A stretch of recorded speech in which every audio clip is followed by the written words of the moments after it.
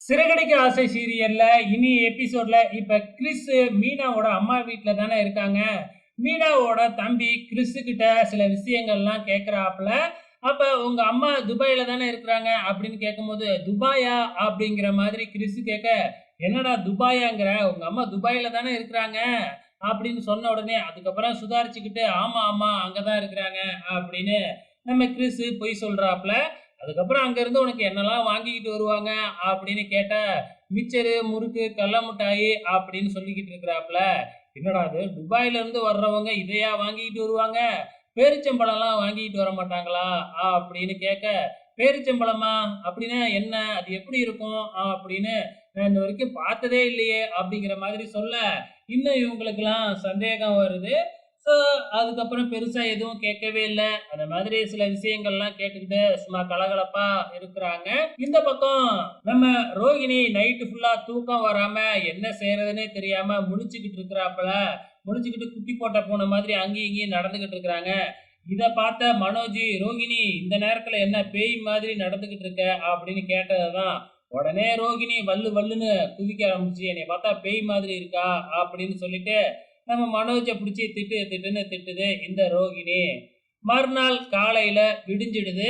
இப்ப ஸ்கூலுக்கு கிறிஸ கூட்டிக்கிட்டு போவாங்க இல்லையா? அதுக்கு முன்னாடி ரோகிணியோட ஃப்ரெண்டும் வந்து கார்ல ஒளிஞ்சுகிட்டு இருக்கிறாங்க.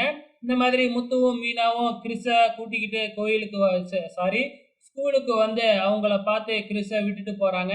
கொஞ்ச நாளைக்கு கிறிஸ் எங்களோடயே இருக்கட்டும். நாங்களே அழைச்சுக்கிட்டு வந்து விட்டுட்டு போறோம் அப்படின்னு சொல்றாங்க.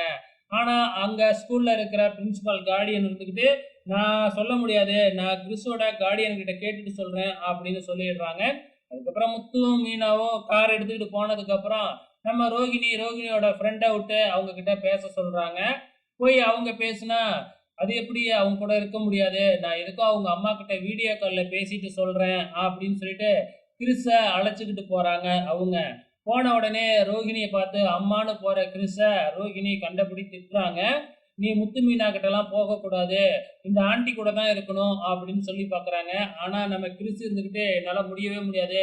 நான் முத்து மீனா ஆண்டி கூட தான் இருப்பேன்" அப்படின்னு கார விட்டு இறங்கி கிளாஸுக்கே ஓடிடுறாப்ல. இதுக்கப்புறம் ரோகிணியால எதுவுமே செய்ய முடியாது.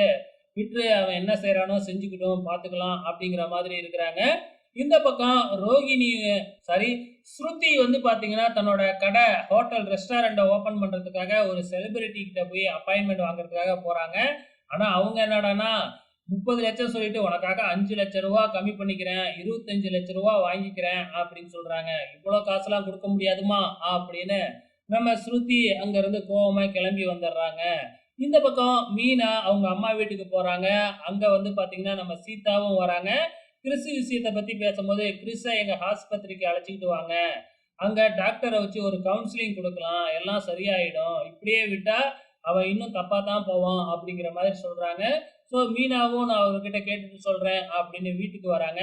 இங்க வீட்டுக்கு வந்தா நம்ம ஸ்ருதி ரெஸ்டாரண்ட் ஓப்பன் பண்ற பிரச்சனைய பத்தி தான் பேசிக்கிட்டு இருக்கிறாங்க. செலிபிரிட்டியே கிடைக்க மாட்டேங்கிறாங்க அப்படிங்கிற மாதிரி சொல்லிக்கிட்டு இருக்காங்க. இதுல மனோஜ் இருந்துகிட்டு, "நான் தான் இருக்கேன்ல, நான் தான் ஒரு பிசினஸ் மேனு. நானே உன் கடைய ஓப்பன் பண்ணி வைக்கிறேன்" அப்படின்னு தற்பெருமை அடிச்சுக்கிட்டு இருக்கிறாப்ல. இதோட இன்னி எபிசோடு முடிஞ்சிருச்சு. வெயிட் பண்ணி பார்க்கலாம் நாளைக்கு என்னதான் நடக்க போகுதுன்னு.